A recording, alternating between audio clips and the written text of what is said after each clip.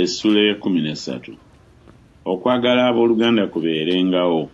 Temwerabiranga kusembeza bagenyi, kubanga olw'okwo waaliwo abaasembeza bamalayika nga tebamanyi.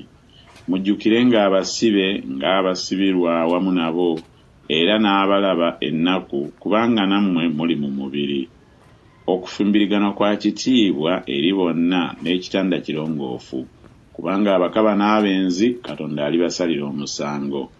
Mubeerenga n'empisa ey'obutaagalanga bintu bye mulina bye bamalenga, kubanga ye yennyini yagamba nti sirikuleka n'akatono, so sirikwabulira n'akatono.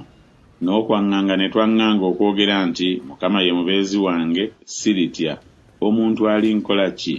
Mujjukirenga abo abaabafuga, abaababuulira ekigambo kya Katonda, era nga mutunuulira enkomerero y'empisa zaabwe, mugobeerenga okukkiriza kwabwe. Yesu Kristo jjo ne leero aba bumu n'okutuusa emirembe n'emirembe. Temutwalibwanga kuyigirizibwa okw'engeri ennyingi okujja, kubanga kirungi omutima okunywezebwa n'ekisa, so si kunywezebwa na mpisa ez'okulyanga ezitagasa abo abazitambuliramu. Tulina ekyoto abaweereza eby'omuwema kye batalagirwa kuliirangako, kubanga ebisolo biri ebitwalibwamu omusaayi gwabyo kabona asinga obukulu mu kifo ekitukuvu olw'ekibi, emibiri gyabyo gyokerwa bweru wa lusiisira. Era ne Yesu kyeyava abonaabonera ebweru wa wankaaki alyoke atukuze abantu n'omusaayi gwe ye. Kale tufulume okugenda gy'ali ebweru w'olusiisira nga twetiisa ekivume kye, kubanga wano tetulina kibuga ekibeerera, naye tunoonya ekigenda okujja.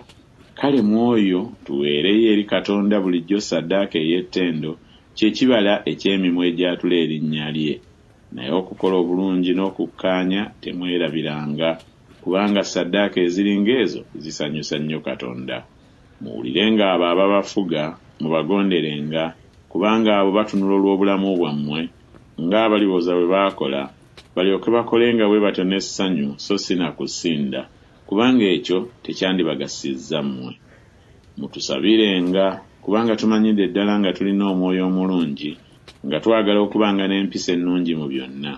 Era okusinga ennyo mbeegayirira okukola nga bwe mutyo, ndyoke nkomezebwewo mangu gye muli.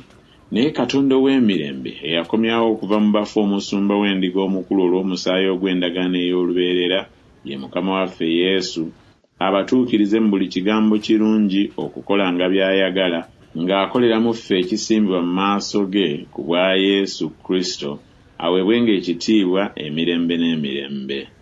Amiina.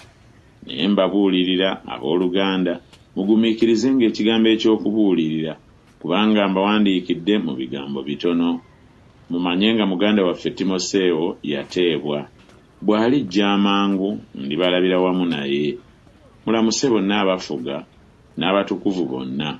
Ab'omu Italiya babalamusizza. Ekisa kibeerenga nammwe mwenna. Amiina.